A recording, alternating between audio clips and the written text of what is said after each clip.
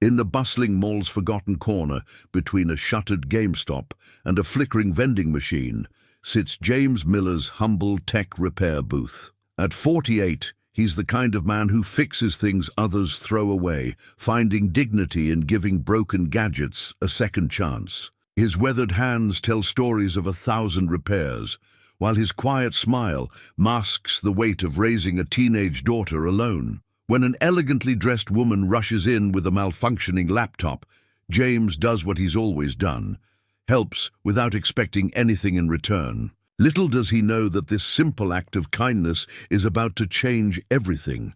Could a broken laptop be the key that unlocks not just one, but two hearts searching for repair? Before we jump back in, tell us where you're tuning in from. And if this story touches you, make sure you're subscribed, because tomorrow I've saved something extra special for you. The ancient coffee maker sputtered and hissed, a morning symphony James Miller had grown accustomed to over 15 years of faithful service. Like everything else in his life, he'd kept it running through careful maintenance and the occasional retrieved part from yard sales.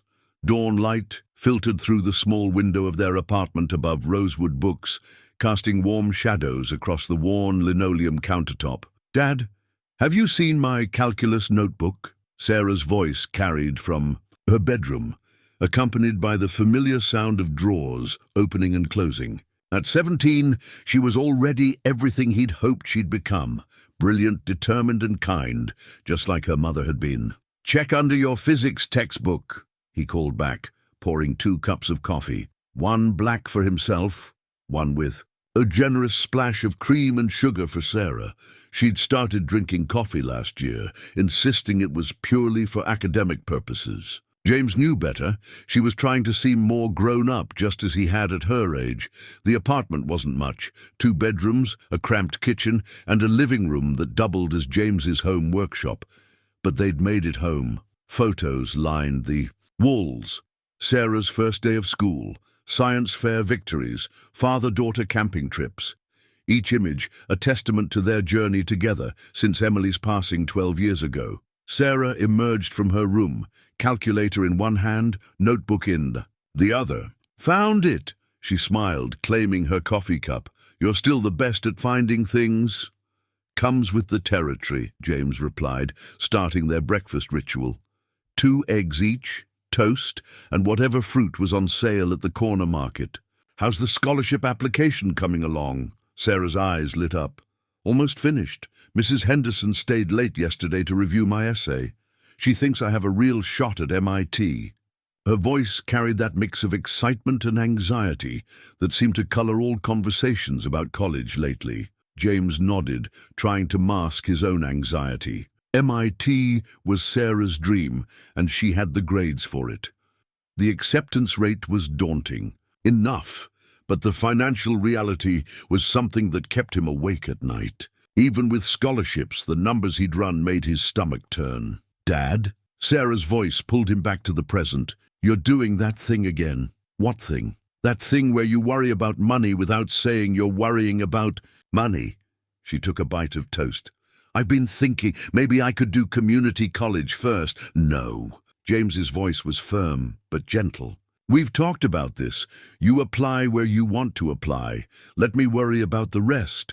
"But Sarah Elizabeth Miller, you're going to submit that MIT application. End of discussion." He softened his words with a smile. "Now eat your eggs before they get cold." The rest of breakfast passed with their usual comfortable chatter. Sarah's upcoming physics test, the latest documentary she'd discovered, James's regular customers at the mall. As she gathered her books, a crash from the apartment next door made them both jump.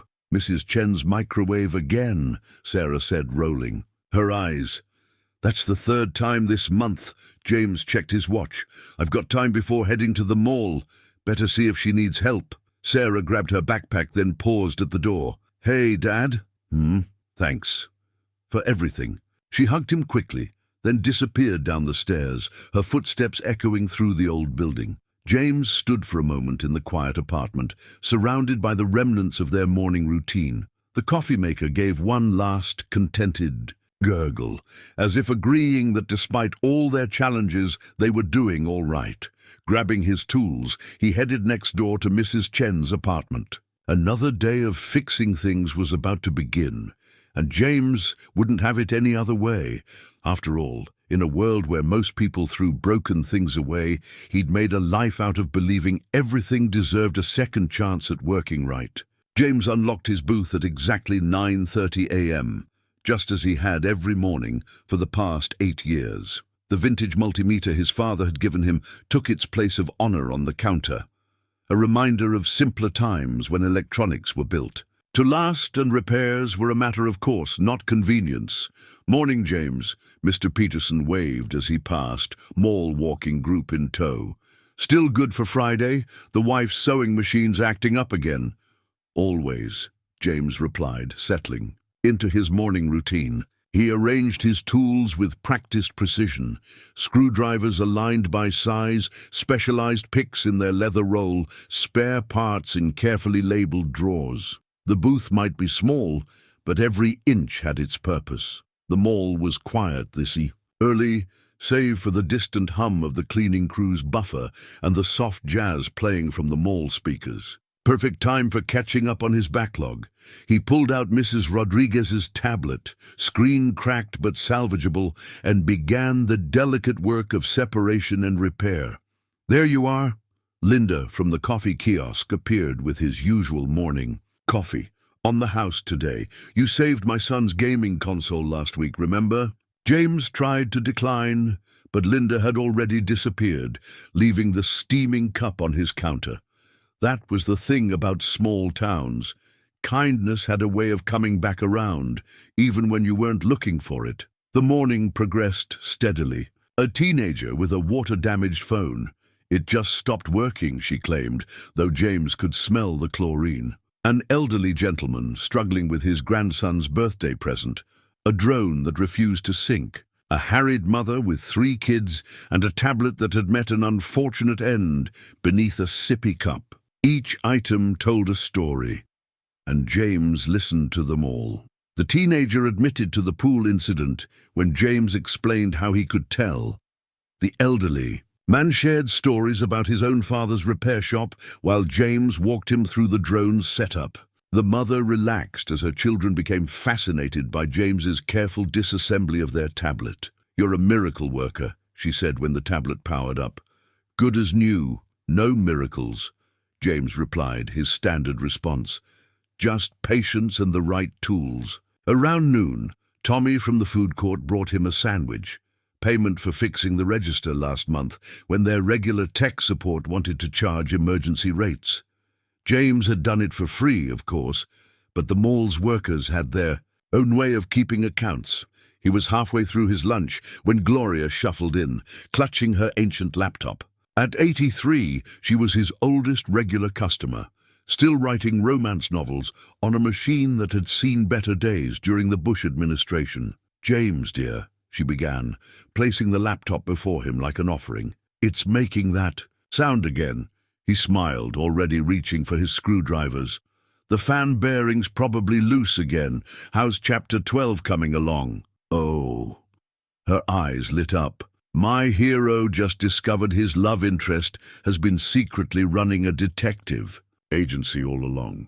But now my keyboard's sticking on the letter S, and you know how many times you need that letter in a steamy scene." James chuckled, working as she talked. The laptop was a dinosaur, but he developed a certain fondness for it.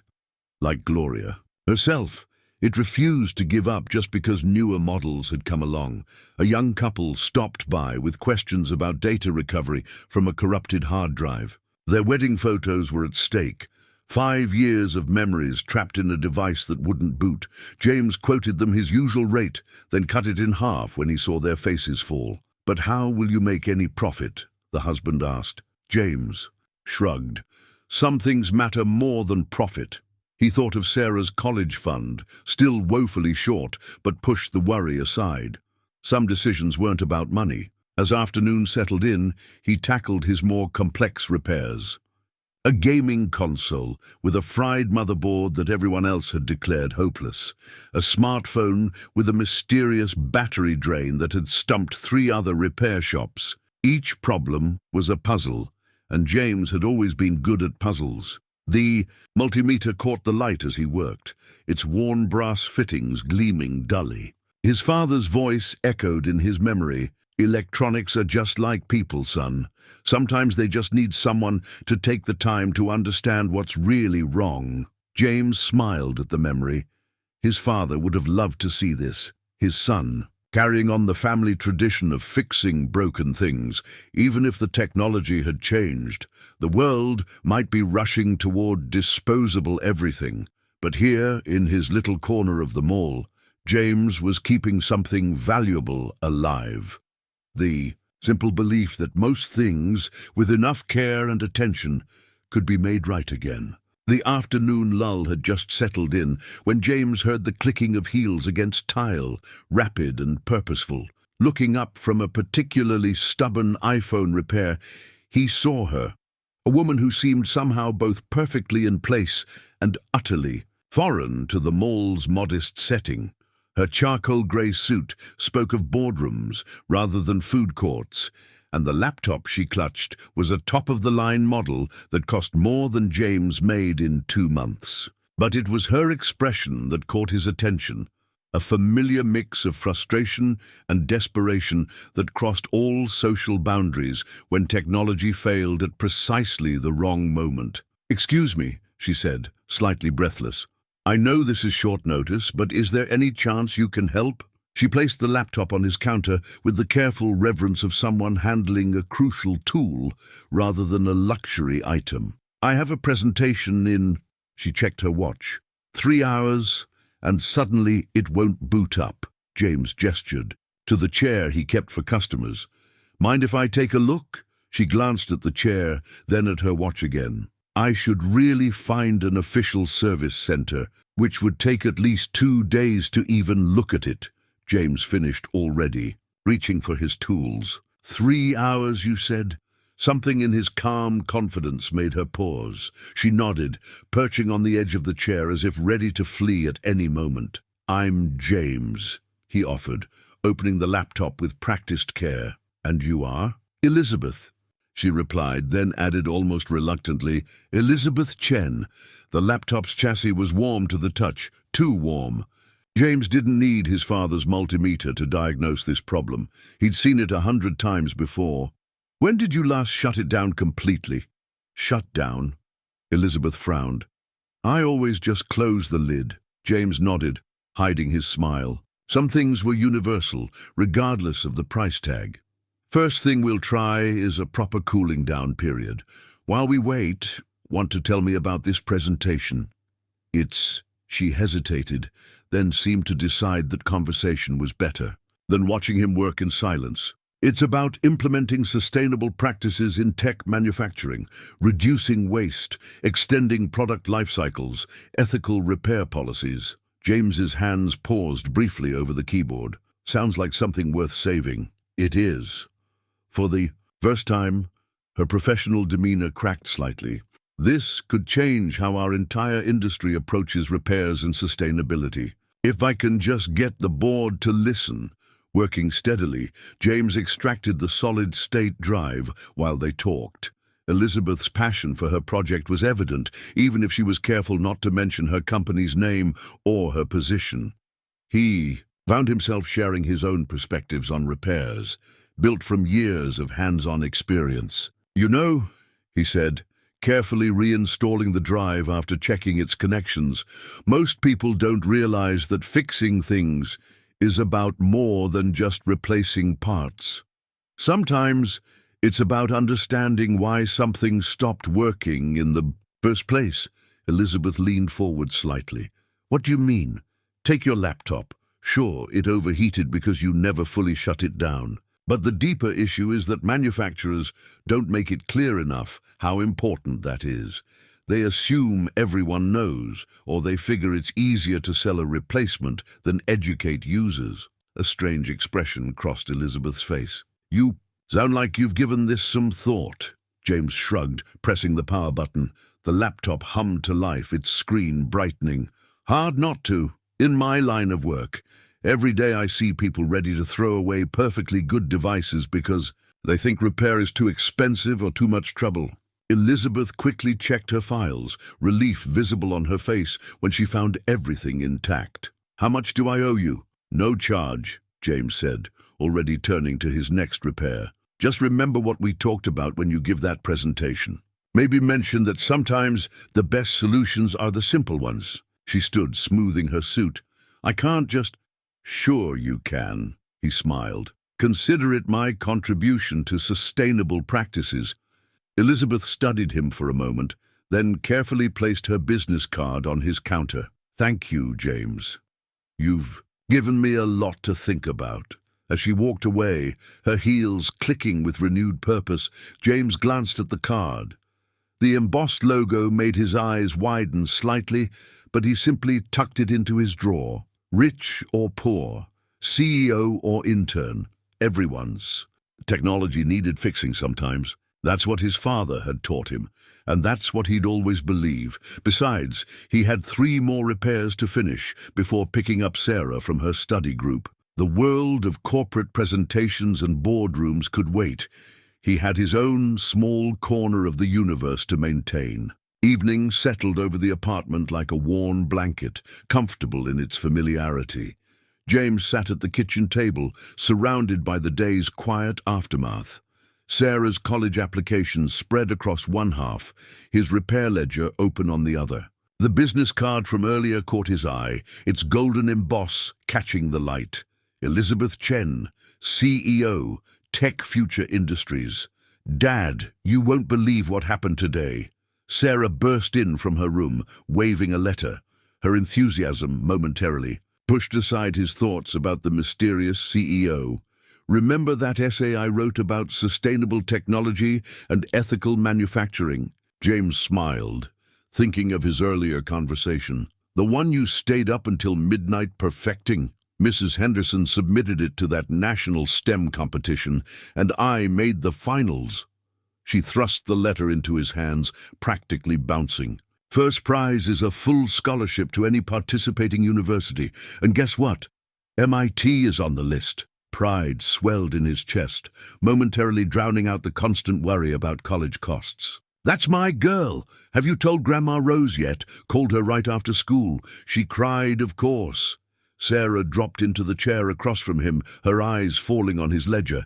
The excitement in her face dimmed slightly. Dad, how are we really doing?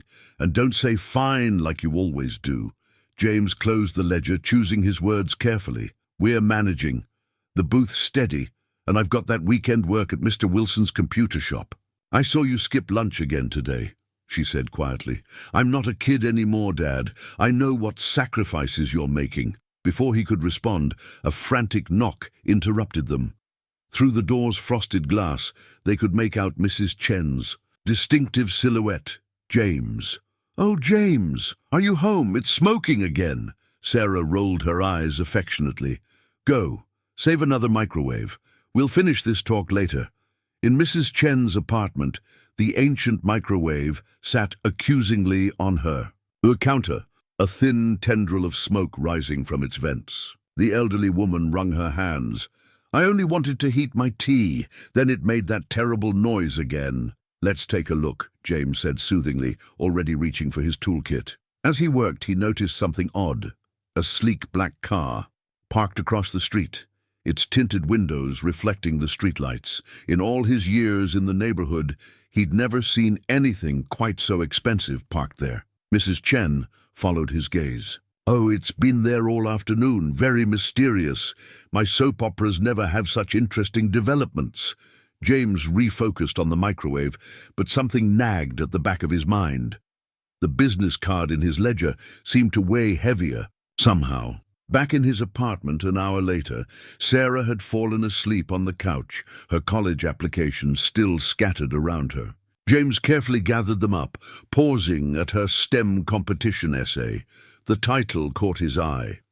Rebuilding Tomorrow, the Case for Ethical Technology Repair. He thought of Elizabeth Chen's presentation, the passion in her voice when she spoke, about sustainability.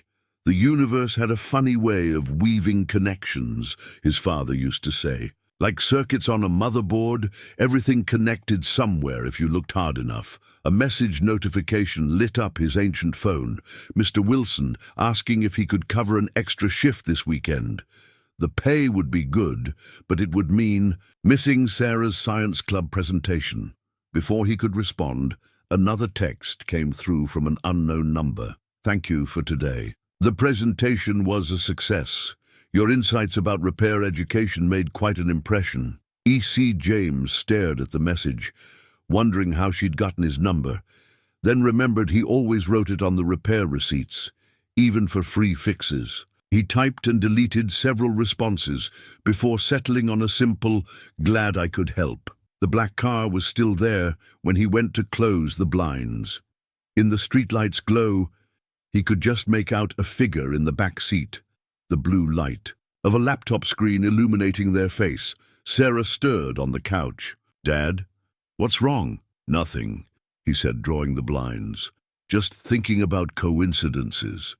"You always say there's no such thing as coincidences," she mumbled sleepily. "Just opportunities we haven't understood yet." James smiled, covering her with a blanket. "When did you get so wise?" "Learned from the best," she murmured, drifting back to sleep. He returned to the kitchen table, opened his ledger again, and looked at Elizabeth's card. Something was shifting. He could feel it, like the moment before a broken device finally sparked back to life. Whether it was opportunity or coincidence hardly mattered. What mattered was being ready when chances for change appeared. The black car was gone when he checked again, but its presence lingered like a promise, or perhaps a warning, of things to come. Dawn had barely touched the sky when the sound shattered the morning quiet, a deep, resonant roar that rattled windows and set off car alarms along Main Street. James was already up, fixing the coffee maker that had finally surrendered after 15 years of faithful service, when Sarah burst into the kitchen. "Dad, there's a jet, an actual private jet, landing at Miller's Field." The local newspaper would later describe it as the most exciting thing to happen in Preston Falls since the governor's campaign stop in '98. Miller's Field, technically an airstrip but mostly used for Frank Miller's crop dusting, had never seen anything like the sleek Gulf Stream that touched down at 6:47 a.m. "Probably lost," James muttered, still focused on the coffee maker's internal workings. But even he had to admit private jets didn't usually get lost over small Pennsylvania towns. Mrs. Chen's voice carried through the thin walls. "James! James! Turn on Channel 5, we're on the news." Sarah had already grabbed the remote. The local morning show cut between footage of the jet and excited speculation. Sources confirm the aircraft belongs to Tech Future Industries, one of the world's leading technology companies. CEO Elizabeth Chen is rumored to be the coffee maker forgotten. James watched as familiar faces filled the screen. Half the town seemed to have gathered at Miller's Field, their breath frosting in the morning air. Mr. Peterson's mall-walking group had apparently detoured from their usual route. Gloria clutched her ancient laptop, perhaps hoping for another repair. Even Tommy from the food court was there, handing out coffee to the growing crowd. "Breaking news!" The reporter's voice crackled with barely contained excitement. "We can confirm that Elizabeth Chen, CEO of Tech Future Industries, has indeed arrived in Preston Falls. Sources suggest she's here on personal business, though the nature of that business remains." James thought of the business card in his ledger. The text message, the black car. Surely this wasn't... "Dad," Sarah's voice was hushed. "Isn't that the woman from yesterday? The one with the laptop?" Before he could answer, his phone buzzed. Unknown number. "Good morning, James. I hope you don't mind the dramatic entrance. Small towns deserve grand gestures sometimes. Would you mind meeting me at your booth? There's something I'd like to discuss." E.C. Sarah read the message over his shoulder, her eyes wide. "Dad, do you know what this means?" "It means I'm going to be late opening the booth," he said, trying to maintain normalcy even as his world tilted sideways. "Dad!" She grabbed his shoulders. "Elizabeth Chen, the Elizabeth Chen, came to your booth yesterday. You fixed her laptop, and now she's back, with a private jet." "Which changes nothing," he said firmly, though his heart raced.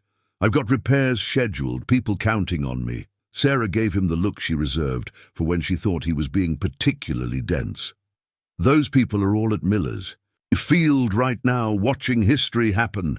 Come on, Dad. Even you have to admit this is incredible." The morning news showed the jet's door opening, a flash of familiar grey suit visible before the camera angle shifted. James thought of his father's words about opportunities and preparation, about circuits connecting in unexpected ways. "You should wear your blue shirt," Sarah said, already heading to his room. "The one without the coffee stains." "Sarah, Dad." She returned with the shirt. "Sometimes the universe hands you a moment. Remember what you always tell me about being ready when opportunity appears," he finished. It was his father's phrase originally, passed down like the multimeter that still sat in his toolkit. Outside, car engines rumbled as the town slowly migrated from Miller's Field toward the mall. The morning news switched to helicopter footage, tracking a small convoy of black cars threading through Preston Falls' modest streets. James looked down at his coffee maker, parts spread across the counter like a paused moment in time. For 15 years, it had reliably started his mornings, asked nothing but basic maintenance, served him without complaint. Now, like so many things, it had reached a turning point. Repair, replace, or reimagine. "Okay," he said finally, picking up his toolkit. "But I'm bringing the multimeter," Sarah grinned. Would a master craftsman go anywhere without his tools? As they headed down the stairs, Mrs. Chen called out, "Good luck, James. Tell her about my microwave." The morning sun painted Preston Falls in shades of possibility, and somewhere between the airstrip and the mall, opportunity was making its way toward him. The mall hadn't opened yet, but a small crowd had already gathered near James's booth. Through the glass doors, he could see reporters setting up cameras, their equipment casting odd shadows in the early morning light. Security guards in suits, definitely. Not the mall's regular team, stood at strategic points throughout the corridor. "Mr. Miller." A young woman in a crisp pantsuit approached, tablet in hand. "I'm Amanda, Ms. Chen's assistant. She'll be here shortly. Would you prefer to have this conversation somewhere more private?" Before James could answer, the mall's main doors opened. Elizabeth Chen walked in, somehow looking even more commanding than yesterday. Her grey suit was replaced by a deep blue, one that probably cost more than James's annual rent. Two men flanked her, both carrying briefcases, but she waved them back as she approached the booth. "James," she smiled, "warmer than yesterday. I hope you don't mind the early meeting. Corporate. Jets run on their own schedule, I'm afraid." "Ms. Chen," he nodded, suddenly aware of his familiar but worn surroundings. Quite an entrance for a laptop repair follow-up. She laughed, genuine and unexpected. "Please call me Elizabeth, and this isn't about the laptop, though your repair work was impeccable." She turned to Amanda. "Could you give us a moment and perhaps keep Sarah company? I believe she's trying very hard to look busy at the bookstore entrance." James glanced over to see his daughter pretending to read a display poster, poorly hiding her intense interest in the proceedings. Sarah gave a sheepish wave when she realized she'd been spotted. Once they were alone, or as alone as one could be with discreet security personnel and distant cameras, Elizabeth's demeanor shifted slightly, becoming more personal. "Yesterday, you said something that stuck with me," she began, "about understanding why things stop working, not just fixing them. It resonated deeply with what I've been trying to accomplish at Tech Future." She opened her briefcase, removing a folder. "Your approach to repairs, your philosophy about sustainability and second chances, it's exactly what our industry needs. Not just fixing devices, but fundamentally changing how we think about technology, life cycle management." James leaned against his counter, his father's multimeter a reassuring presence beside him. That sounds ambitious. It is. And that's why. I'm here. She placed the folder between them. I want you to help me build something new, a complete reimagining of how Tech Future approaches repairs and sustainability. Not just a service department.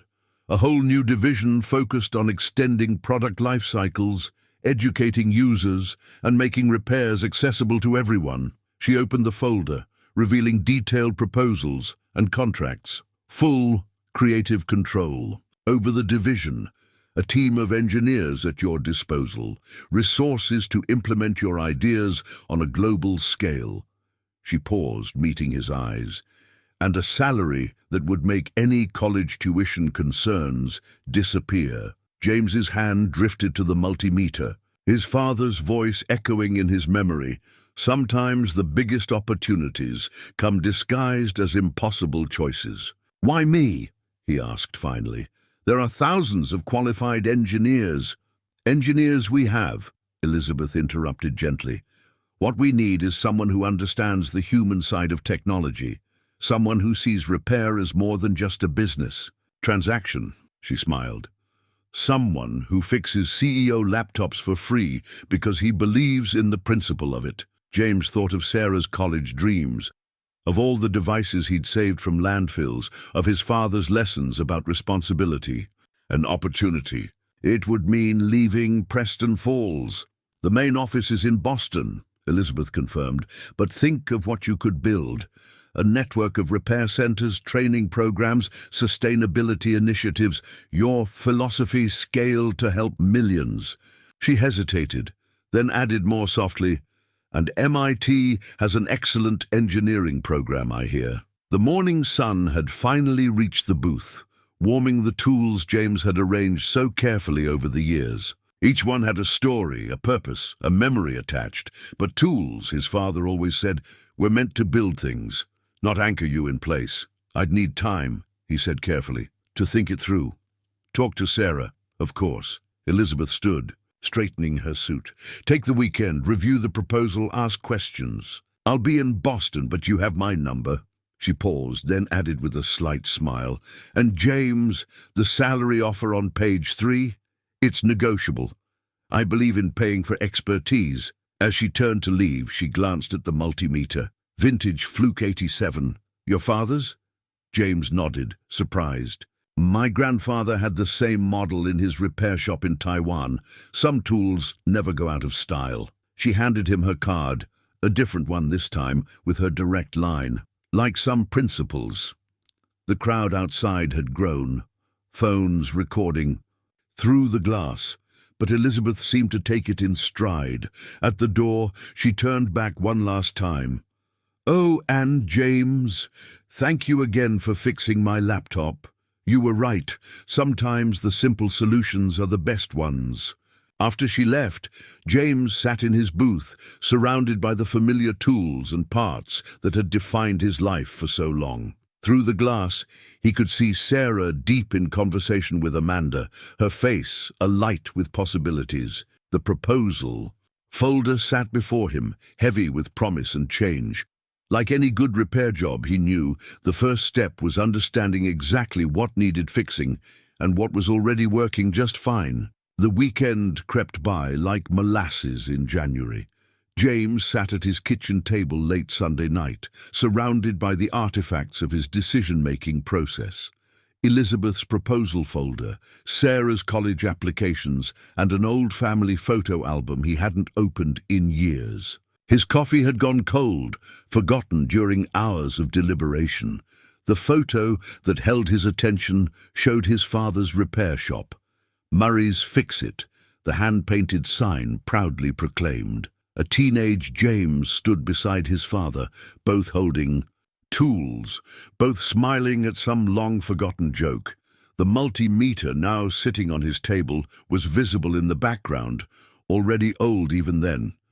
Can't sleep either? Sarah padded into the kitchen, wrapped in her mother's old quilted robe.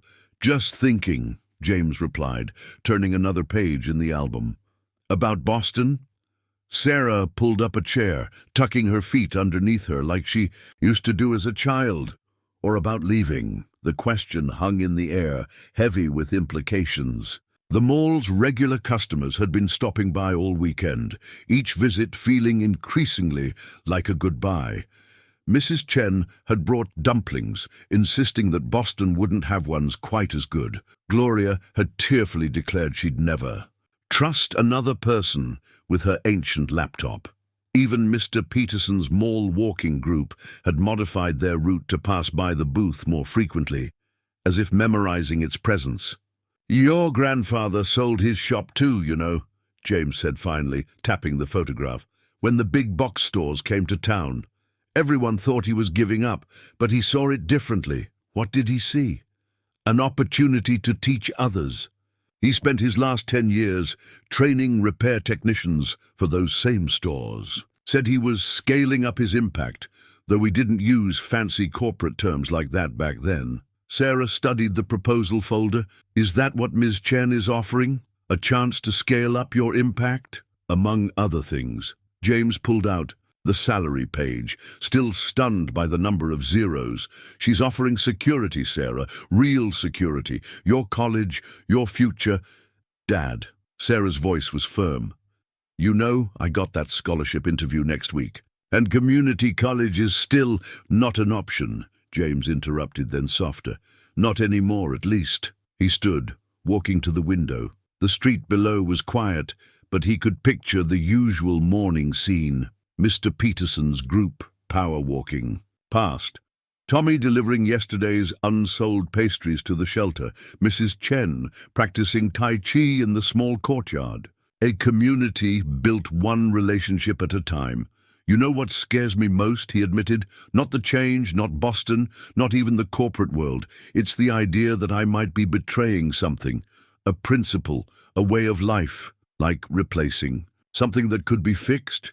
James turned, surprised by her insight.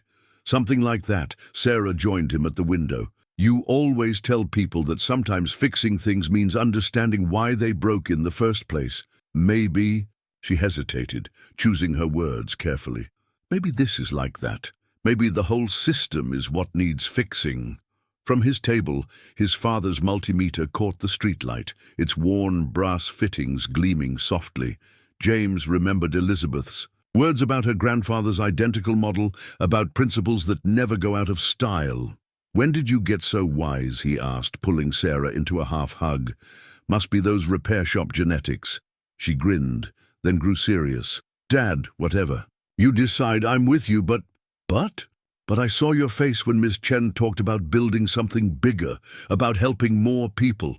You looked like you did when you first taught me how to fix Mom's old radio, like everything made sense." James thought about the proposal, about Elizabeth's vision of repair centers across the country, about training programs and sustainability initiatives. He thought about his father teaching corporate technicians, passing on not just skills, but values. His phone lit up with a text.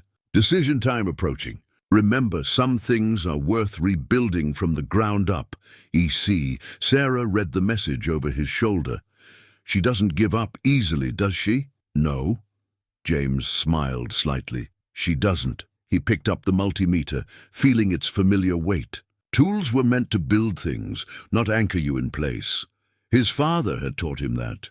Maybe it was time to build something new. "Well," he said finally, "I suppose we should start looking at apartments in Boston." Sarah's squeal of delight echoed through the small apartment, probably waking Mrs. Chen. But for once, James didn't worry about disturbing the neighbors. Sometimes changes deserved a little noise. The mall felt different in the pre-dawn quiet, like a theater after the final curtain call. James stood at his booth, keys in hand, surrounded by 8 years of accumulated life. Amazing how much could fit in such a small space. Though, perhaps, not as amazing as how little of it he actually needed to take. "Need any help?" Mr. Wilson appeared, carrying 2 cups of coffee from the still dark food court. He must have used his owner's keys to get in early. "Thanks." James accepted the coffee. recognizing it as the fancy blend Tommy usually saved for special occasions. For everything, Jack. Taking over the repairs, helping with the transition. Least I could do. Mr. Wilson settled against the counter, his weathered face thoughtful. You know, when I opened that computer shop 20 years ago, I never thought I'd be inheriting customers from someone heading to a corporate CEO position. Technical Development Director, James corrected automatically, though the title still felt foreign on his tongue. And I'm not exactly joining the board. Close enough. Mr. Wilson watched as James began carefully packing his tools. You're really just taking the multimeter, everything else you can replace. But this, James held up his father's tool. Some things you carry forward. The morning light was just beginning to filter through the skylight when Sarah arrived with Mrs. Chen and Gloria in tow. All three carried boxes of what appeared to be homemade food. For the journey, Mrs. Chen insisted, though Boston was only a few hours away. And for the first week, city supermarkets are very expensive, you know. Gloria added her container to the growing pile. I made those oatmeal cookies you fixed my laptop over last month, the ones with cranberries. She dabbed at her eyes with a tissue. Who's going to help me write my romance novels now? Jack's even better with computers than I am, James assured her, though they both knew it wasn't really about the repairs. Sarah began organizing the food boxes, while James continued his careful inventory. Each drawer revealed some forgotten memory, the spare parts he'd salvaged over the years, the handwritten repair notes, the thank you cards from grateful customers. He saved a few special ones, but left most for Jack, good karma for the booth's next chapter. Oh, Mrs. Chen exclaimed suddenly, I almost forgot. She hurried away, returning moments later with a small package wrapped in red paper. For luck, open it in your new office. The mall's early morning cleaning crew passed by, their usually efficient routine slowing as they reached the booth. James had fixed their buffer more times than he could count. The head custodian, Manuel, stopped to shake his hand. No words needed. Some gratitude transcended language. Dad? Sarah's voice was soft. The movers just texted. They're at the apartment. Reality settled in like dust after a repair job. This was really happening. Boston, Tech Future Industries, a chance to transform his small-town philosophy into something bigger. James Miller. Tommy's voice boomed across the empty mall as he jogged toward them, slightly out of breath. You didn't think you'd leave without breakfast, did you? He carried a huge basket filled with still-warm pastries, all of James's favorites from years of morning trade-offs. Repairs for food, kindness for kindness. For the road, Tommy insisted, and because Sarah let slip that your new apartment's kitchen isn't set up yet. The growing collection of farewell food could have fed them for a month. James felt Sarah squeeze his hand, understanding in her gesture. They weren't just leaving a place. They were leaving a community that had become family. You should see the office they're giving him, Sarah told the gathered group, excitement breaking through the bittersweet moment. Floor-to-ceiling windows, a whole development lab, but no coffee maker yet, James added with a smile, thinking of his faithful old one, finally retired after 15 years. Mrs. Chen had insisted on keeping it, claiming she could still smell a hint of repair shop solder in its steam. As if reading his mind, Mr. Wilson pulled something from behind his back, a small box containing a simple coffee maker, not unlike James's old one. For the new office, something familiar to start with. The mall's main lights flickered on, signaling the approaching opening time. James took one last look around his booth, his home away from home for nearly a decade. The empty shelves gleamed, ready for their next purpose. The counter, cleared of his tools, seemed to wait expectantly for Jack's arrival later that morning. Time to go, he said quietly, picking up his father's multimeter. Sarah? She nodded, gathering some of the food boxes. The small crowd of early morning well-wishers followed them to the exit, a parade of memory and hope. At the mall entrance, James handed his keys to Mr. Wilson. The metal was warm from being clutched so long, years of security and responsibility. Passing from one set of capable hands to another, ready for your new beginning, Sarah asked, trying to balance Tommy's pastry basket while reaching for the door. James looked at his father's multimeter, then at the sunrise painting Boston's direction in promising shades of gold. Ready to start fixing things on a bigger scale, he replied and stepped forward into the next chapter. Tech Future Industries headquarters rose 60 stories into the Boston skyline, its glass exterior reflecting clouds and ambition in equal measure. James stood in his 38th floor office, his father's multimeter the only familiar object. In a sea of sleek modernity, a week into his new role, and he still felt like a character in someone else's story.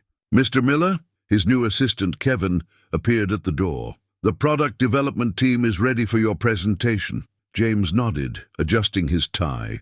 Another novelty in his new life. The simple button-downs of his repair booth days had given way to suits that cost more than his old monthly rent. Elizabeth had insisted on having her personal tailor fit him properly, claiming that confidence started with comfort. Also, Kevin added, Ms. Chen asked if you could stop by her office afterward. Something about the sustainability initiative? The elevator ride to the 45th floor conference room gave James time to observe the corporate ballet around him. Young executives hurried past, tablets in hand, speaking a language of acronyms and quarterly projections that still felt foreign. Yet beneath their polished surfaces, he recognized something familiar, the same look people had when bringing him their broken devices. Hope mixed with frustration, seeking solutions. James! Elizabeth's voice cut through his thoughts as he entered the conference room. She sat at the head of the table, elegant as always, in a burgundy suit. Perfect timing. We were just discussing your repair center proposal. The room held 12 of Tech Future's top executives, each representing a different division that his initiative would affect. James had memorized their names and roles, understanding that in this world, such knowledge was as crucial as knowing the internal layout of a smartphone. Before we begin, James said, placing his well-worn laptop beside the room's state-of-the-art presentation system, I'd like to show you something. He reached into his briefcase and pulled out Mrs. Chen's microwave's control board. His last. Repair from Preston Falls. This is why we're here today. This board was designed to fail after approximately 3 years of use, not through malice, but through prioritizing cost over longevity. The executives shifted uncomfortably. James continued, his hands moving over the board with familiar confidence. The fix costs less than $2 in parts, but we've created a system where replacing the entire unit is easier than repairing it. That's not just wasteful. It's a missed opportunity. For the next hour, James laid out his vision, not with PowerPoint slides or market projections, but with real examples from his years of repairs.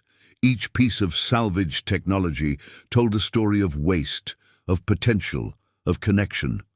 We're not just fixing devices, he concluded. We're fixing relationships between people and technology, between companies and customers, between progress and sustainability. The room was quiet when he finished. Then Marcus Chen, head of manufacturing and Elizabeth's cousin, spoke up.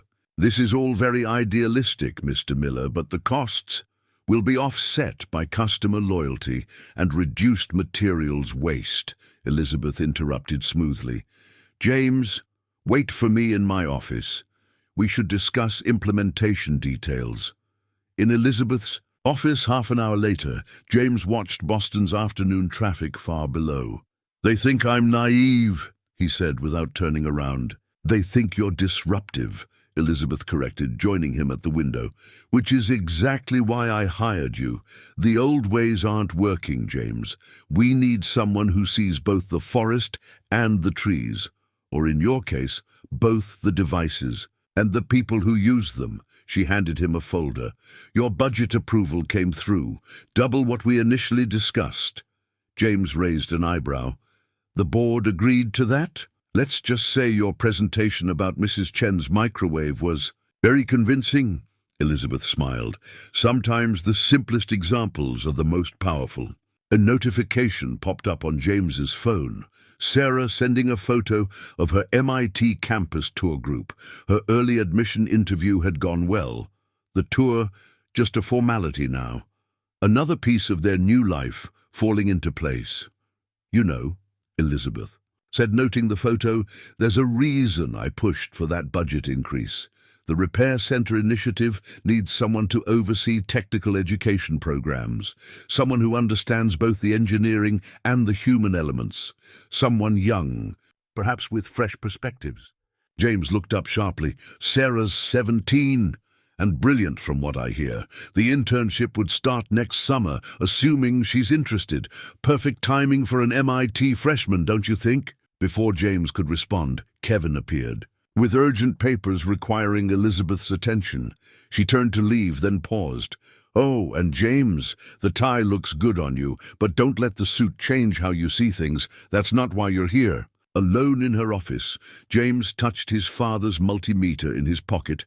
A habit now, a grounding rod in this new world of glass and steel. Outside, Boston's sunset painted the sky in shades of possibility. Not so different from the ones he'd watched from his repair booth window. Different view, same purpose, fixing what was broken, one piece at a time. The prototype sat on James's desk like a fallen star, Tech Future's most anticipated product in a decade, and it wouldn't turn on. 3 engineering teams had already failed to solve the problem, and the company's stock had dropped 8 points since news of the delay leaked. In 12 hours, Elizabeth would face the board, and James knew her position wasn't as secure as everyone assumed. What makes this one so special? Sarah asked over video chat, her MIT acceptance letter visible on the wall behind her. She'd been accepted early decision, a fact that still made James's heart swell with pride. It's supposed to be different, James replied, angling his phone so she could see the device. Self-repairing circuits, modular design, 10-year warranty, everything I've been pushing for if it works. And if it doesn't? James glanced at Elizabeth's message from an hour ago. The board's getting nervous. Marcus is suggesting we scrap the sustainability features and rush a conventional version to market. I need good news, James. Then a lot of people lose faith in the idea that doing the right thing can also be good business, he answered, reaching for his father's multimeter. The office had emptied hours ago, Boston's nightlife now providing the only illumination beyond his desk lamp. James had shed his suit jacket and rolled up his sleeves, returning to the familiar comfort of hands-on problem-solving. Want some company while you work? Sarah offered. I could read you my physics. Homework. Thanks, sweetie, but you should sleep. Big day tomorrow, says the man who's still at the office at midnight. She gave him a pointed look. You know, Mom always said you did your best work when you were talking things through. James smiled, remembering Emily's patient listening during his early repair shop days. Your mother was usually right. Usually. Sarah raised an eyebrow exactly like her mother used to. Always, James corrected. Okay, let me walk you through this. For the next hour, James narrated his process, Sarah occasionally offering insights that reminded him why MIT had been so eager to accept her. The prototype's complexity was beautiful, layers of innovation built on principles James had been preaching since his booth days. Wait, Sarah interrupted his explanation of the self-repair system. Show me that circuit board again. James adjusted the camera. See something? Maybe. Dad, remember that old radio you helped me fix last year? The one that kept resetting itself? The interference problem? James paused, neurons firing. Sarah, you're brilliant. His fingers flew over the prototype, making minute adjustments. The solution wasn't in the device's cutting-edge features, but in a basic principle he'd learned in his father's shop. Sometimes signals get crossed when you try to do too much at once. James? Elizabeth's voice made him jump. She stood in his office doorway, still in her meeting clothes. I thought I saw your light on. Elizabeth, I think we... He stopped, noting her expression. "What's wrong?" "Marcus called an emergency board meeting for 7 a.m. He's making a play to redirect the entire sustainability initiative, claims it's fiscally irresponsible in the current market." She ran a hand through her usually perfect hair. "Without a working prototype?" "Dad," Sarah's voice came through the phone. "Show her." James pressed the power button on the prototype. The device hummed to life, its display glowing with a soft, perfect light. Elizabeth moved closer, hardly breathing. "Is it fully functional?" James confirmed. "The self-repair system works. The modular design is solid. Everything we promised, everything we said was possible. It's all here."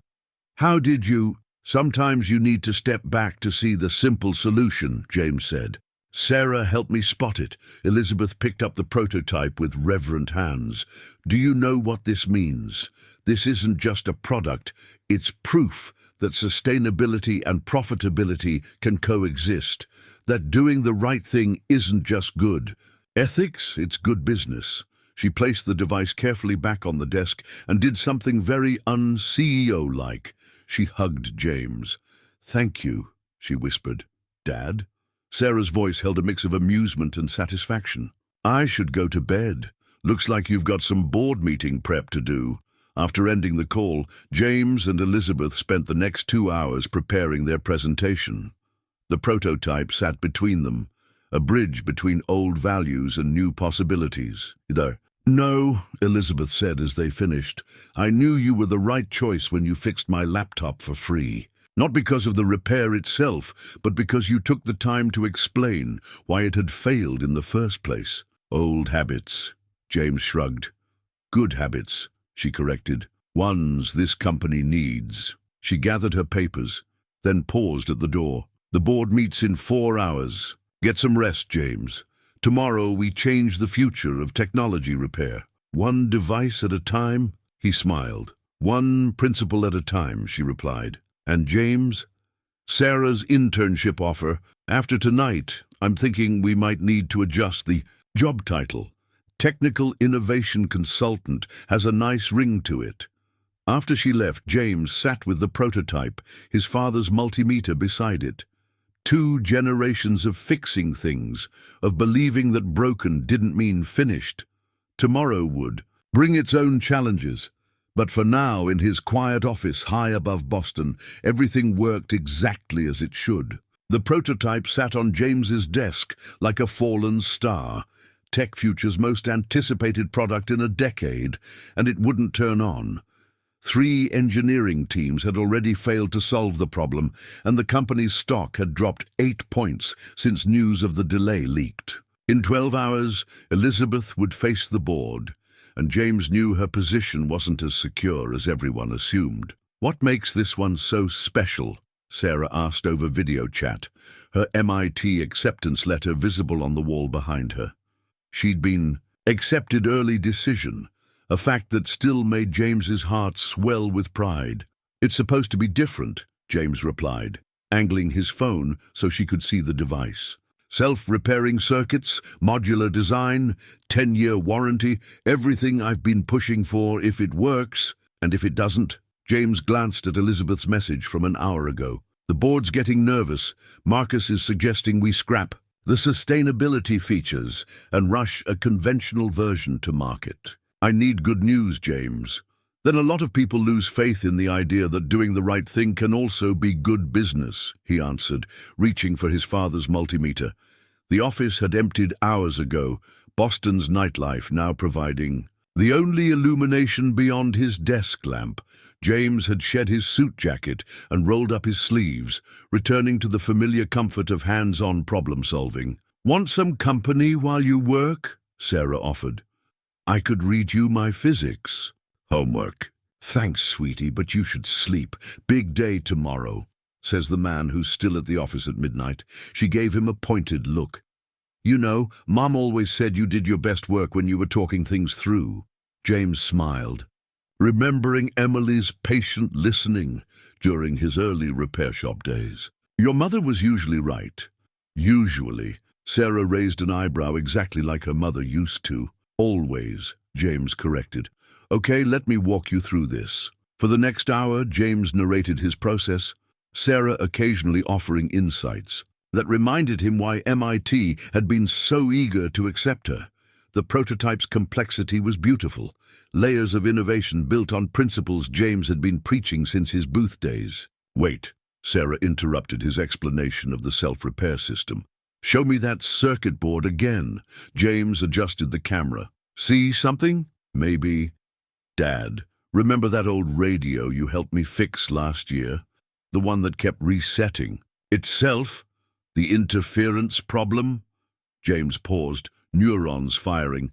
Sarah, you're brilliant. His fingers flew over the prototype, making minute adjustments. The solution wasn't in the device's cutting-edge features, but in a basic principle he'd learned in his father's shop. Sometimes signals get crossed when you try to do too much at once. James? Elizabeth's voice made him jump. She stood in his office doorway, still in her meeting clothes. I thought I saw your light on. Elizabeth, I think we... He stopped, noting her expression. What's wrong? Marcus called an emergency board meeting for 7 a.m. He's making a play to redirect the entire sustainability initiative, claims it's fiscally irresponsible in the current market. She ran a hand through her usually perfect hair. Without a working prototype?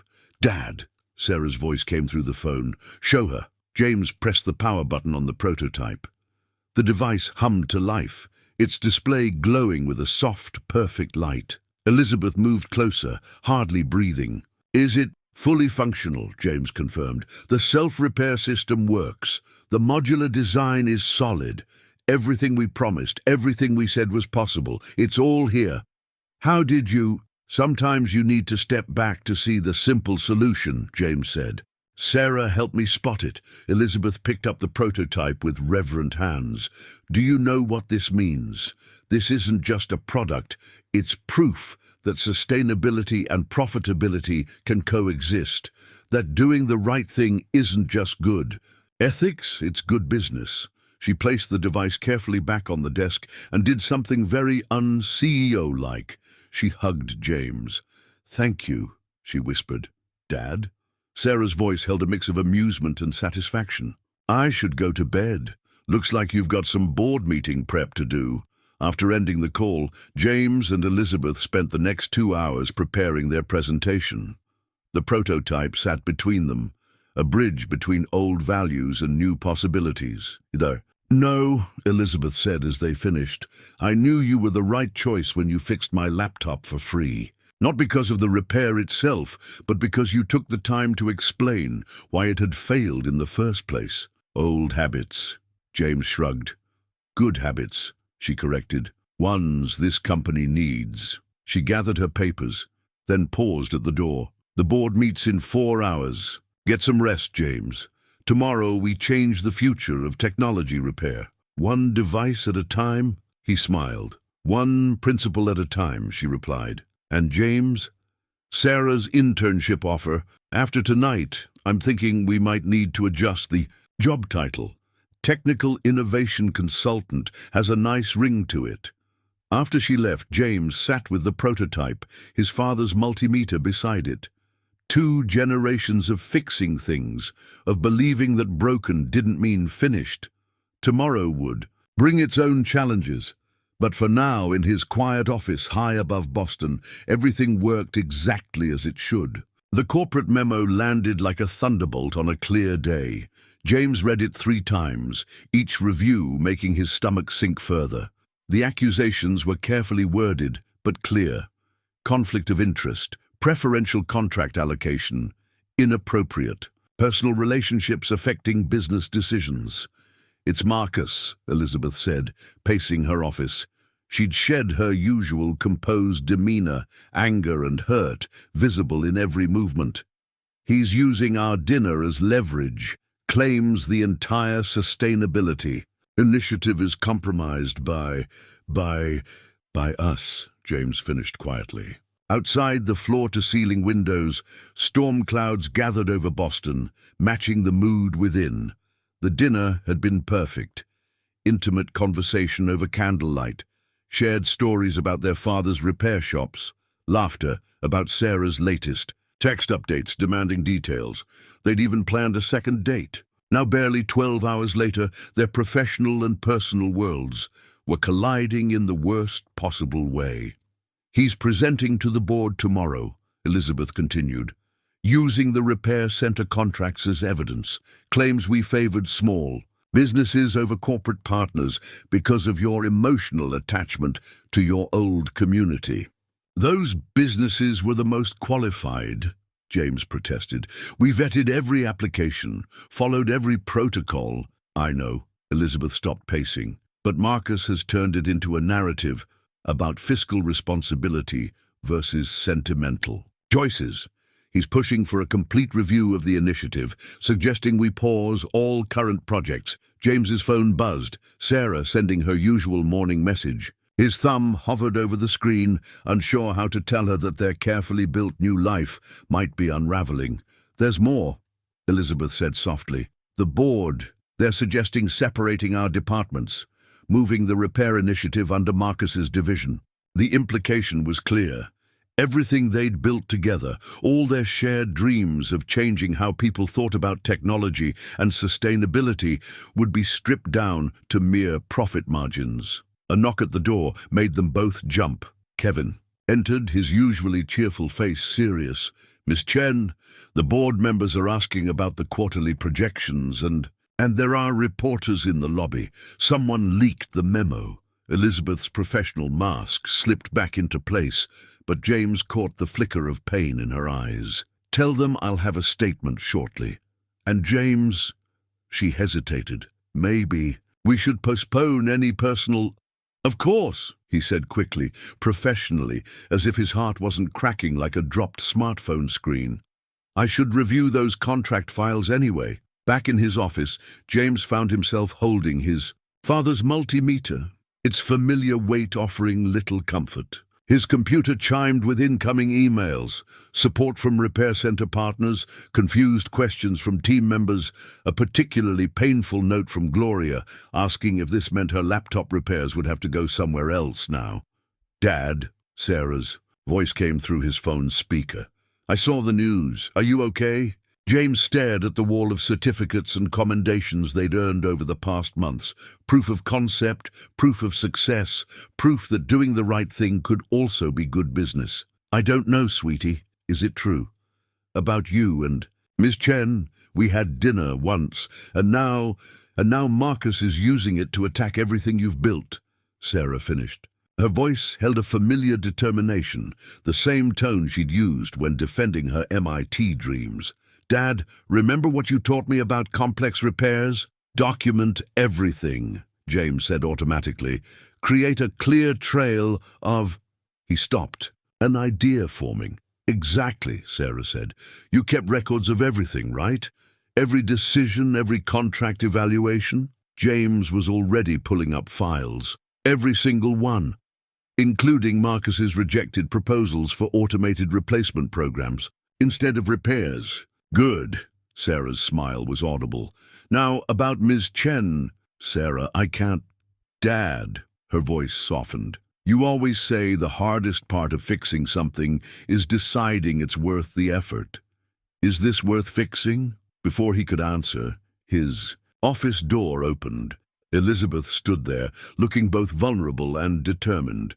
"James, the board wants to see all contract documentation, everything we use to make our decisions." He met her eyes, seeing past the professional facade to the woman he'd shared stories with over Italian food and candlelight. "I have it all. Every evaluation, every comparison, every reason we chose each partner. I'll help." Sarah called through the phone. "I did half those analysis simulations anyway." Elizabeth moved closer, hope fighting with caution in her expression. "We can't. Personal considerations can't affect our professional decisions." "They never have," James said firmly. "Every choice we made was based on merit, on shared values about sustainability and community impact. We can prove that." "And the other thing?" Elizabeth asked quietly. "Us?" James thought about his father's words regarding difficult repairs. Sometimes you have to step back, let things cool down, before you can see the path forward clearly. First, we fight for what we built, he said. Then we figure out the rest together. Elizabeth's professional mask cracked just enough to show a smile. Together. Sarah, still there? We could use your data analysis skills. Already pulling up the spreadsheets, Sarah replied. Nobody messes with my dad's happiness or his repair centers, especially not some suit who thinks sustainability is just a buzzword. Outside, the storm clouds began to break, letting through rays of afternoon sun. Sometimes, James thought, setbacks were just opportunities to prove how much something mattered, whether it was a business model, a relationship, or both. The Tech Future boardroom felt more like a courtroom that morning, with James and Elizabeth on one side, Marcus and his allies on the other, and a row of stern-faced board members between them. James had brought only 2 items, his laptop and his father's multimeter, the latter sitting before him like a talisman. "Before we begin," Elizabeth said, her voice steady despite the tension, "I'd like to address the elephant in the room. Yes, James Miller and I had dinner together. One dinner, after months of successful professional collaboration. If that dinner clouds your judgment about the revolutionary work we've done, then perhaps we should examine our priorities as a company." Marcus leaned forward, smooth and practiced. "This isn't about dinner, Elizabeth. It's about emotional decision-making compromising our fiscal responsibility. These community repair centers are a drain on resources that could be better allocated to automated replacement programs." James opened his laptop, connecting it to the room's display system. "Interesting perspective, Marcus. Let's look at some numbers." The screen filled with data, charts, graphs, and most importantly, comparisons. These are the actual costs and benefits of our repair initiative versus the automated replacement program you proposed. Sarah, my daughter and our summer intern, helped compile this analysis. The board members leaned forward as James walked them through the figures. Cost savings from reduced waste, customer loyalty metrics, environmental impact assessments. With each slide, the story became clearer. But the most telling data, James continued, picking up his father's multimeter, comes from this. Not this specific tool, but what it represents. Every repair center we've opened has a wall displaying tools passed down through generations of fixers. Know why? He paused, making eye contact with each board member. Because trust is generational. When people bring us their broken devices, they're not just trusting our technical skills, they're trusting our commitment to something bigger than quarterly profits. Elizabeth stepped in seamlessly. The numbers support this. Customer retention in areas with repair centers is up 40%. Brand loyalty metrics have doubled. We're not just fixing devices. We're building relationships that last generations. Marcus shifted uncomfortably. Pretty words. But business isn't about sentiment. No, James interrupted, pulling up a new document. It's about integrity. This is your internal memo from 6 months ago, suggesting we deliberately design products with shorter lifespans to drive replacement sales. Care to explain how that aligns with shareholder interests? The boardroom grew very quiet. Marcus's face flushed as his own words appeared on screen. "What we're doing," Elizabeth said into the silence, "isn't just good ethics. It's good business. We're proving that sustainability and profitability aren't mutually exclusive." The board chairman, Dr. Chen, Elizabeth's father, spoke for the first time. "Marcus, is this memo authentic?" "Uncle, I can explain." "James," Dr. Chen interrupted, "in your repair center proposal, you mentioned something about understanding why things break. Would you elaborate?" James held up the multimeter. "My father taught me that everything tells you why it failed, if you listen carefully enough. Sometimes it's physical wear, sometimes it's poor design, and sometimes—" He looked at Marcus. "It's because someone decided breaking was more profitable than fixing." "And you, Elizabeth?" Dr. Chen turned to his daughter. Your judgment in this initiative has been questioned. Your personal relationship with Mr. Miller has been cited as evidence of compromised decision-making. Elizabeth stood straighter. Every decision we've made is documented, justified, and producing results beyond projections. As for my personal life, I learned from you, Father, that integrity means being honest about what matters, both professionally and personally. Dr. Chen nodded slowly, then smiled. Marcus, your services will no longer be required. Please clear your office by end of day. He turned to the board. I move to fully endorse the Repair Center initiative with increased funding for expansion. The vote was unanimous. After the room cleared, James and Elizabeth stood by the window, watching Boston's morning traffic far below. Your father, James said carefully. He knew about Marcus's memo already, didn't he? Elizabeth smiled. He needed to see how we'd handle it, both the business challenge and the personal accusations. She touched the multimeter on the table. He has my grandfather's old tools displayed in his home office, you know. Must run in the family, James said, understanding what needs fixing and what's already working perfectly. Speaking of which, Elizabeth turned to face him. About that second dinner we had to postpone. James's phone buzzed. Sarah, of course.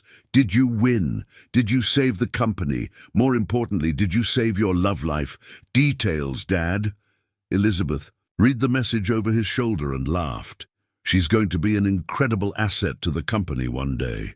Already is, James said softly, showing Elizabeth the final slide Sarah had prepared. A simple graph showing the correlation between Repair Center success and community trust. She understands what we're really building here. And what's that? A future worth fixing, James replied, reaching for her hand. Some connections, after all, were too important to let break. The blueprint spread across James's new office wall like a vision of the future. Dozens of repair centers, each connected by lines of cooperation and shared expertise. But it was the small details that made him smile.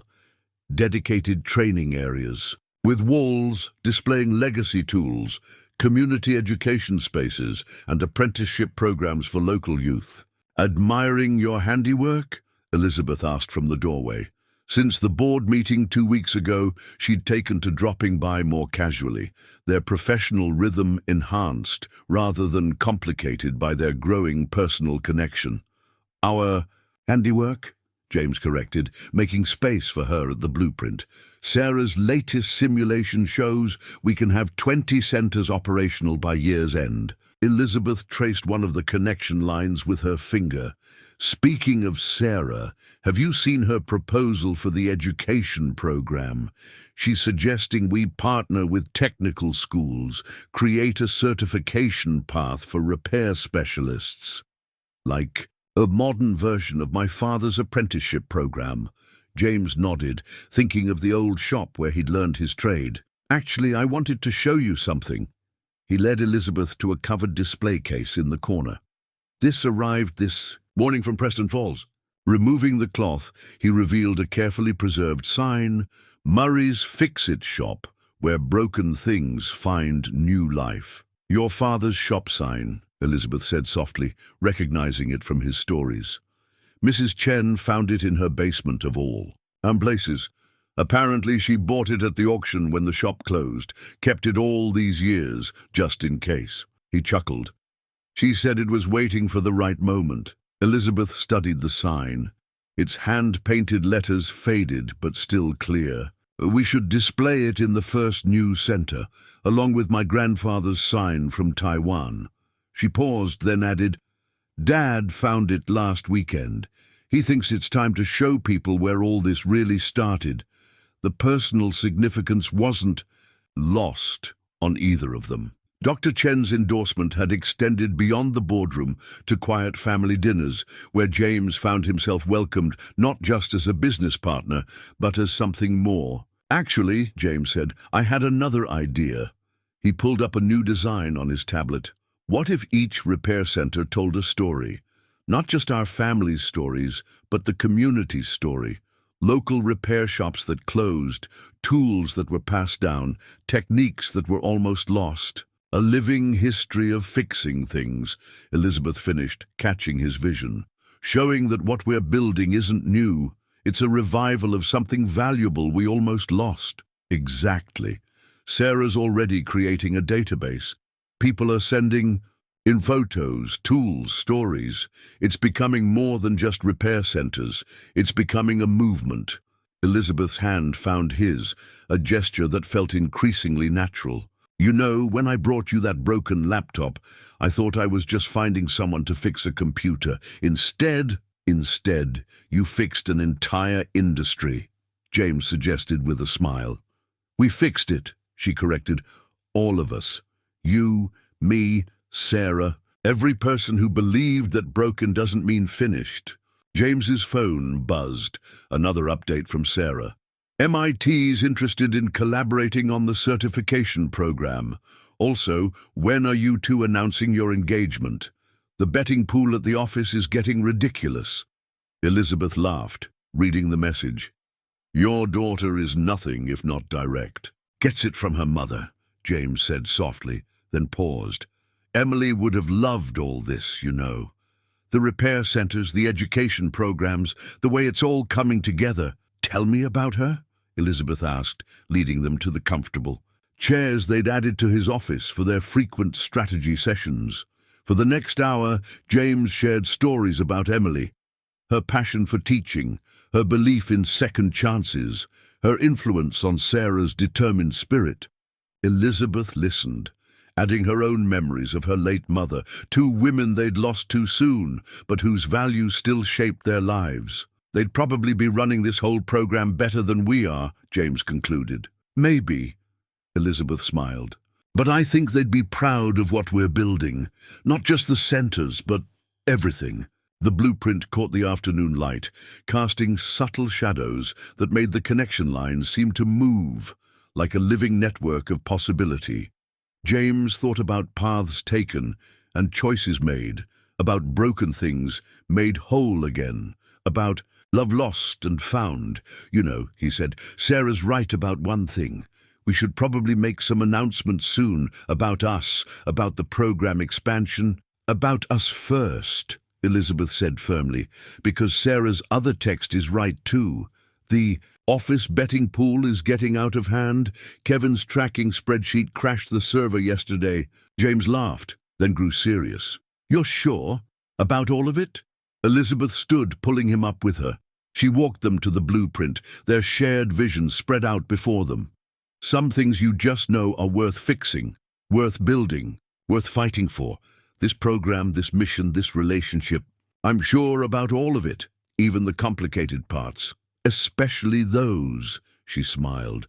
After all, the complicated repairs are always the most satisfying when they finally work right. Outside his office window, Boston's skyline stretched toward the horizon, each building a potential home for their growing vision.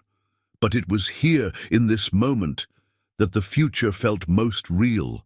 In shared purpose, in healing what was broken, in building something that would last generations. Theater tickets weren't exactly repair tools, but as James held them, he couldn't help but see the symmetry.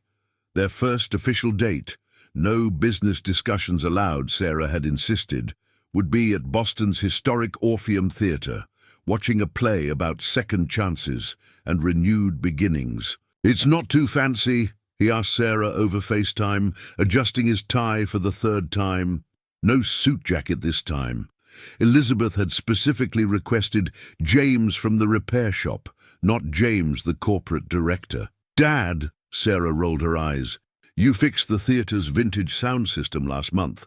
The manager probably would have given you the owner's box if you'd asked. She paused, then added softly, Mum would love this, you know. You finding happiness again. James touched the small photo of Emily he kept on his dresser. She'd love Elizabeth. They have the same way of seeing through excuses to what really matters. Speaking of what matters, Sarah grinned, don't forget what we talked about. No shop talk, no repair center discussions, no sustainability initiatives, just two people getting to know each other outside the office. When did you become such a relationship expert? Someone had to, she teased. You spent the last 17 years fixing everything except your love life. The doorbell rang, and James's heart did a small jump. That's her. Wish me luck? You don't need luck, Dad. Just be yourself. The self that sees the worth in broken things and believes in second chances. Elizabeth stood at his door, wearing a simple blue dress, looking somehow both familiar and brand new. No tie, she said immediately, reaching up to loosen it. Remember? Just us tonight. The tie joined his corporate identity on the dresser, and suddenly they were just James and Elizabeth. Not the CEO and technical director, not the corporate power duo transforming an industry. Just two people who'd found each other through a broken laptop and a belief in fixing things.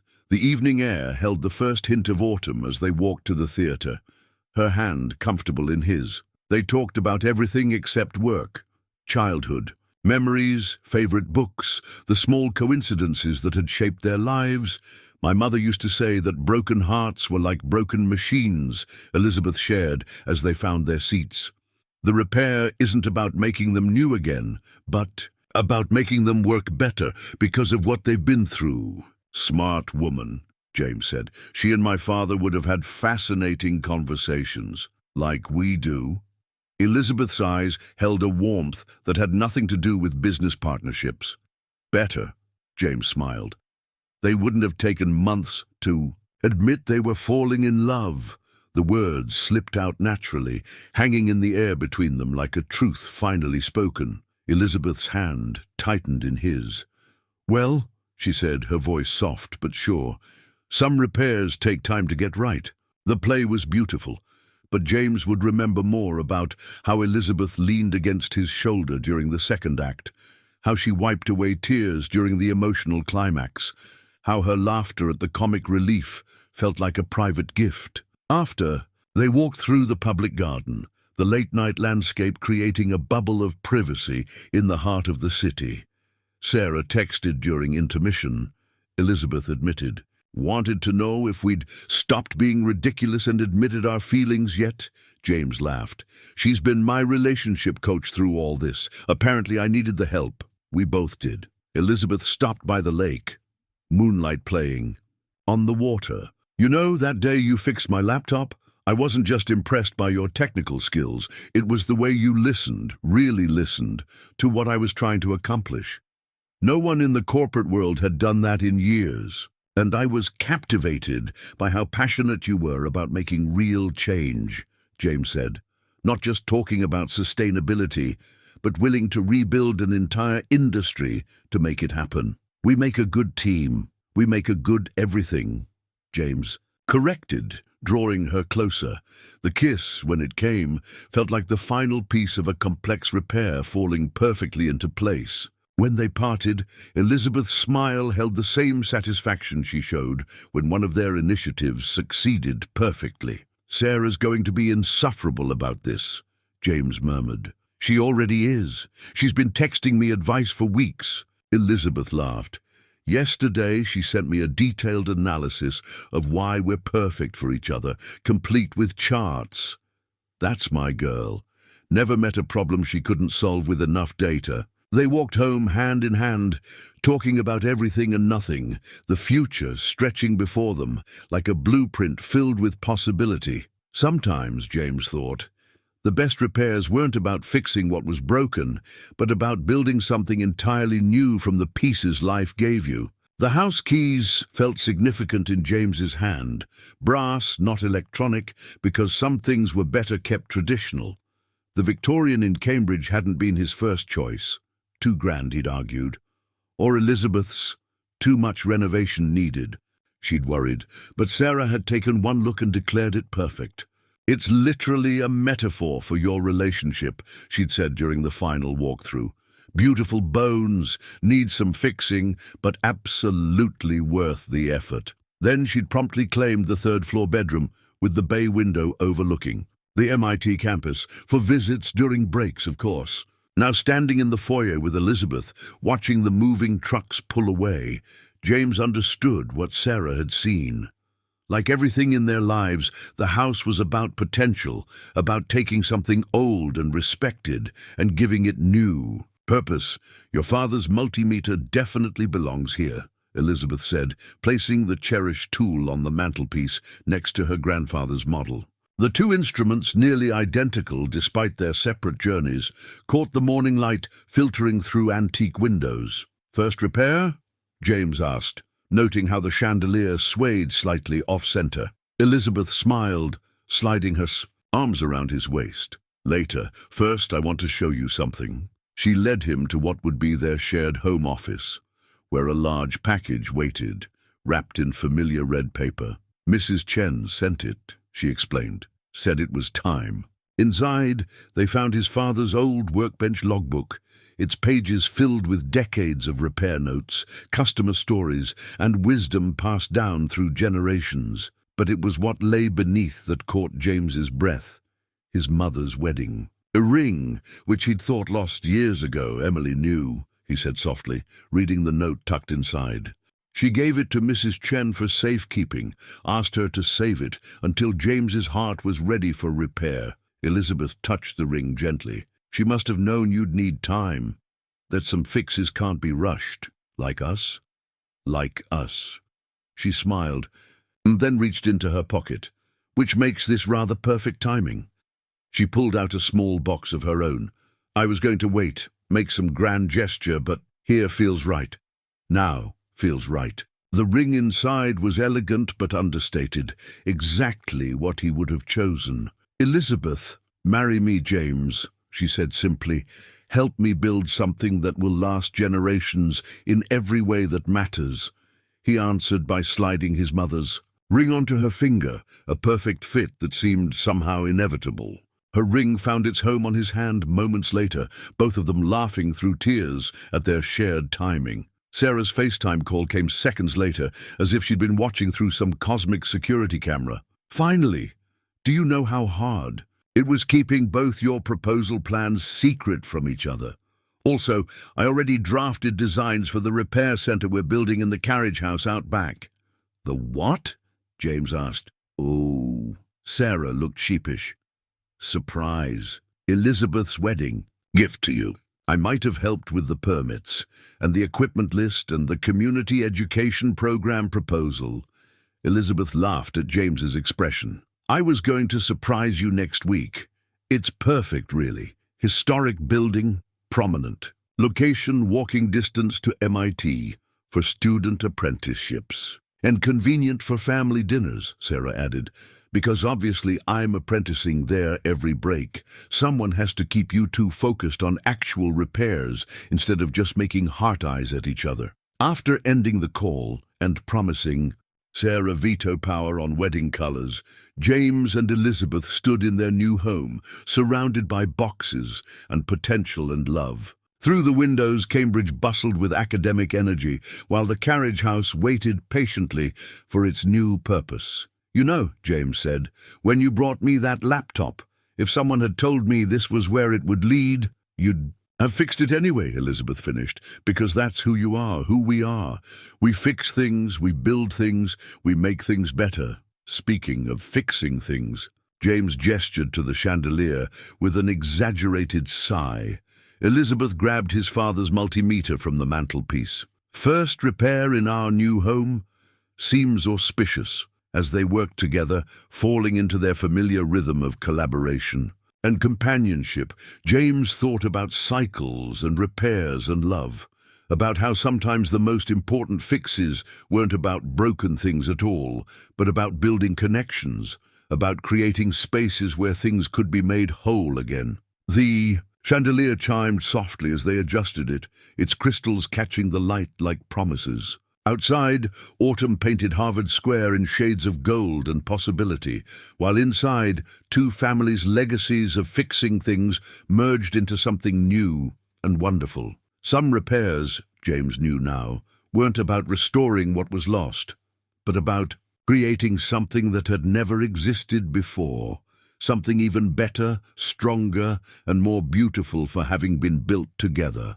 The grand opening of the Cambridge Heritage Repair Centre felt more like a family reunion than a corporate event. James stood in the restored carriage house, now a perfect blend of historical charm and modern technology, watching as worlds merged. Around him, Mrs. Chen was teaching Elizabeth's father the proper technique for folding dumplings in the community kitchen space, while Gloria held court in the education centre, her ancient laptop still running perfectly as she regaled MIT students with tales of romance novels written on properly built machines. Mr. Peterson's mall-walking group had somehow convinced the Tech Future board members to join them for morning exercises in the garden. "Dad!" Sarah's voice carried across the main repair floor. "Stop daydreaming and come help me show these engineering students how to properly diagnose a circuit board." At 20, Sarah had grown into her role as the centre's chief innovation officer with the same determination she brought to everything. Her MIT professors had quickly learned to schedule around her repair center hours, recognizing that she was teaching as much as learning. "Remember," James heard her telling the students, "anyone can replace parts. We're teaching you to understand why things fail, how to prevent those failures, and most importantly, how to help others do the same." Elizabeth appeared at his side, sliding her hand into his. Her wedding ring caught the light from the restored Victorian windows. "She sounds just like you know." "Poor kid."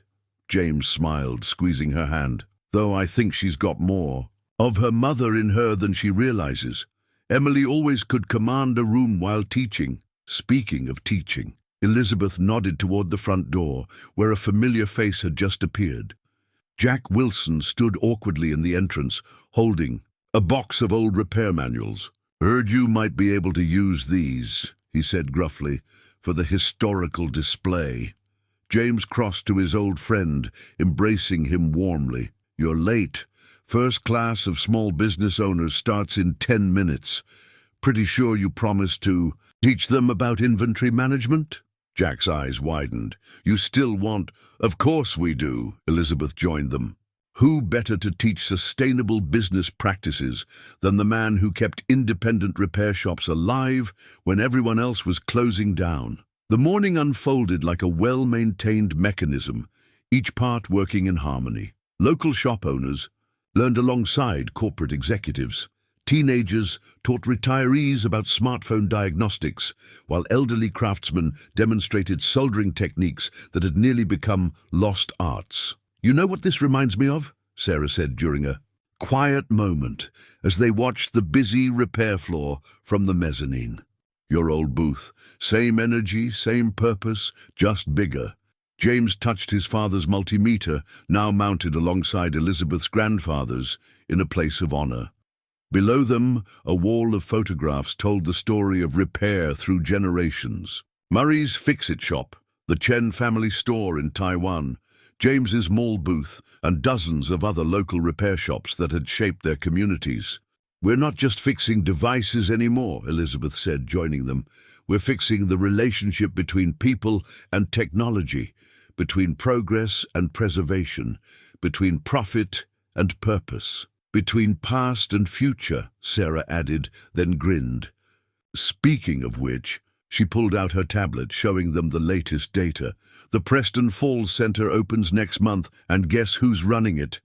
"Tommy from the food court," James guessed, remembering the young man's keen interest in their training programs. "With Mrs. Chen as community outreach coordinator," Sarah confirmed. "She's already planned the menu for the opening day dumplings. Oh, and Gloria's teaching a workshop on maintaining vintage technology, something about romance and properly maintained. And hardware being a perfect match," Elizabeth laughed. "She's not wrong about any of it." She leaned into James's side, watching their vision unfold below. "We did it, didn't we?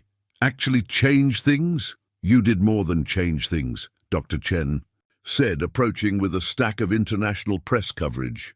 "You started a movement. The European Union is adopting our repair certification standards.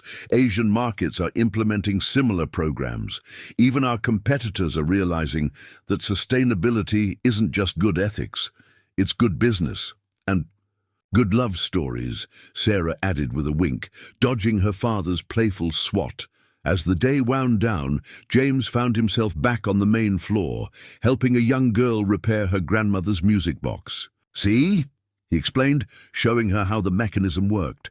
"Sometimes the most precious things just need a little care to keep playing their song." Elizabeth watched from nearby, her eyes soft. "Ready to go home? I think that chandelier is still slightly off-center. Always one more repair to do," he smiled, taking her hand. "Always one more thing to make better," she corrected. Together. They walked home through the Cambridge evening, past MIT's gleaming buildings where Sarah would soon graduate, past the Victorian homes that had welcomed their blend of old and new, past the future. They were building one fixed thing at a time. At home, the chandelier's crystals danced with welcome light, just slightly imperfect.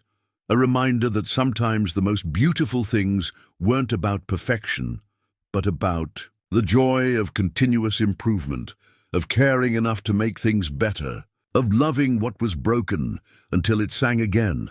After all, James thought, watching Elizabeth reach for their shared toolkit, the best repairs were always about more than fixing what was broken. They were about building something new, something lasting, something worth passing down through generations, something like love.